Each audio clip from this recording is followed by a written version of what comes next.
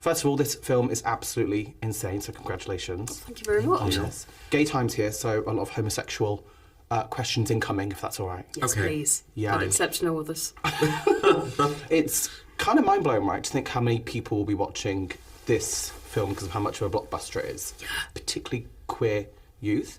So how does it feel to know that you're going to be such a source of inspiration for young queer people at home? Damn. I mean, you know what? You know what I'm realizing is that I think there are few and far between queer blockbusters in general. I feel like, you're right. Like, a movie of this scale is not generally marketed towards that market. And so it is kind of wild to think about. I have no answer to your question. I'm just agreeing with you that it's crazy. I think, like, especially for the fact that a lot, if not the majority of cast, even like supporting artists and dancers and stuff, was so massively diverse in terms of LGBTQ. And again, that's really rare. Like, it is so rare to walk into a space and be like, oh, I'm surrounded by gays. It's wonderful.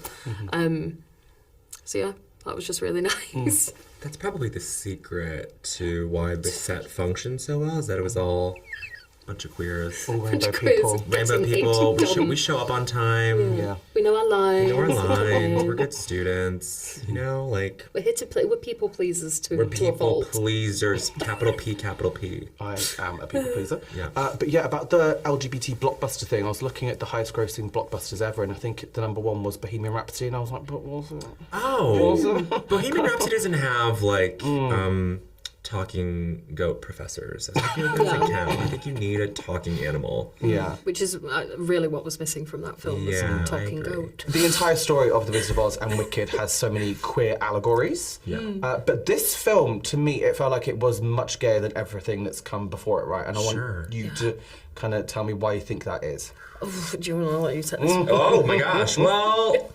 I think the sort of centerpiece of the film, like, I think literally the midpoint is the Oz dust scene, and it is so suffused with emotion, and, like, everything about the queer experience is kind of, like, wordlessly in that, right? Like, there's a moment of shame, there's a moment of otherness, and really all it takes is one person to just sort of, like, validate something about you or pull you out of that shame in order to make you feel like you're a part of something bigger. And that's kind of a huge thing in the queer experience, I think. Like, I think that is kind of the keystone of the whole film. It doesn't really work with that. And then after that, you're so after that is popular and you're so immediately in love with Glinda and Elphaba as friends, you're so on board with the concept immediately, even though 2 scenes before they hated each other. I don't know, there's just that developmental thing in queerness is, like, so important. And so it's an allegory, but it's also not. It's also told in such a wonderfully literal way. I think that's the strength of the movie. Yeah, that's why Wicked has lasted 20 odd years now, is because it's got this massive through line that everyone can, like, pull their own experience to, especially queer people. Yeah. Definitely. And there's something, like, there's something very interpersonally queer about this, obviously, but there's also something politically queer about it where, like, you know, you see that, like, the way power structures work is that they have to create problems for other people in order for them to hold on to power. Enemy. Exactly. What's that? Make a common enemy. Make a common enemy. Yeah. Finally, I want to know, because Oz is a very queer place. I told you these are very homosexual questions. Yes.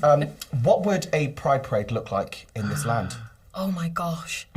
I think it already is one. Yeah. How could you, like, go... It's already so over the top and massive. It's over the rainbow, quite literally. Yes. How would a pride parade would look like... It'd be like Munchkins on Parade 1. They're like the fun, family-friendly, like, oh, we're here to dance, and then slowly it starts to get to, like, the seedier.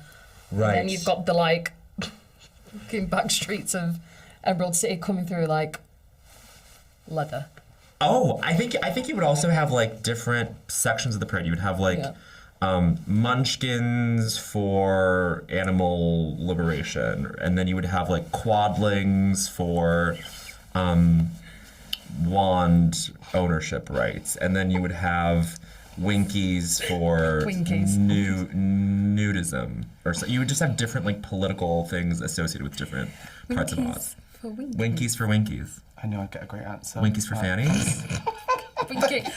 Just the names. The names. Can I say to Gay Times?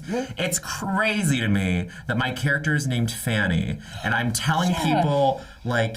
Imagine being on an American set and having someone be like, "Okay, Bowen, you're invited on set. Pussy is invited on set." Yeah. It's crazy that my character's right now. name is. Literally, that is why I could never look at you with a straight face. Because anytime it's like, does anybody have eyes on Fanny? Has Fanny, is Fanny going to the toilet? Is Fanny doing a wee? It's like, you can't be walking around saying Okay, we're that. turning around on Fanny. It was lovely to interview Fanny today. Yeah. Thank you. Yeah. I'm agape. Stop it. Oh, thank you very much. I'm very satisfied with that response. I'm a gay. I'm agape. I'm off. Thank you. That's my time.